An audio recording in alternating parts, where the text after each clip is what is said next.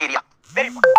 मैंने कहा मेरे हाथ पे ये पेन है, ये पेन देख रहे हो राउंड सा, ये पेन है, ठीक है, ये मेरे हाथ पे लग रहा है, तो मेरे हाथ पे प्रेशर बना रहा होगा बेटा, प्रेशर बना रहा है ना, ठीक है। और अगर मैं इस पेन को उल्टा करूं, अब ये पेन की निब है, ये देखो पेन की निब है जो कि आगे से पेन ही है, अगर मैं इसको लगाऊं, अब देखो अब कितना हाथ कितना अंदर जा रहा है, और बहुत ज्यादा प्रेशर बन रहा है, तब भी हो रहा है बेटा, अगर मैं बहुत दबाऊंगा तो तब भी होगा। क्यों?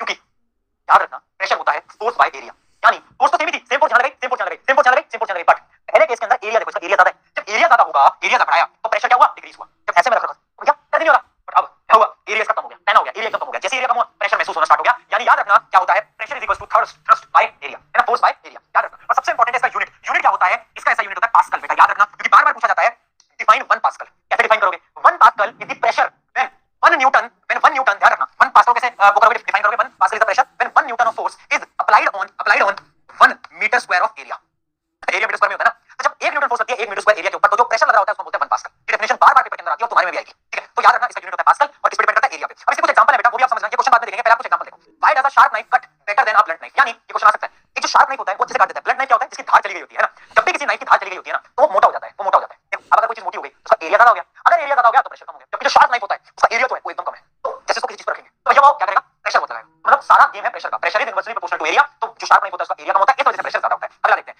Why is it difficult to hold a school bag having a strap made up of thin and strong string, यानी इमेजिन करो मैं अगर एक बैग लेकर आया, बड़ा मजबूत बैग है, बट अगर उसकी जो स्ट्रैप है ना वो बड़ा पतला सा है, इतना सा है, इतना सा पतला सा स्ट्रैप है, और मैं तो भारी बैग लेकर चल रहा हूं, ऐसा कंधे में दुखता है ना जोर से, पर अगर स्ट्रैप जो चौड़ा है वाइड तब नहीं दुखता, क्यों नहीं दुखता? क्योंकि जैसे ही एरिया बढ़ा तो प्रेशर जो है मेरे शोल्डर पे वो कम हो गया, है ना, मेरे शोल्डर पे जो प्रेशर आ रहा था वो कम हो गया, पर जैसे ही मेरा एरिया जो था वो पतला हो गया, अब प्रेशर बहुत ज्यादा महसूस होता है और दर्द होने लगता है।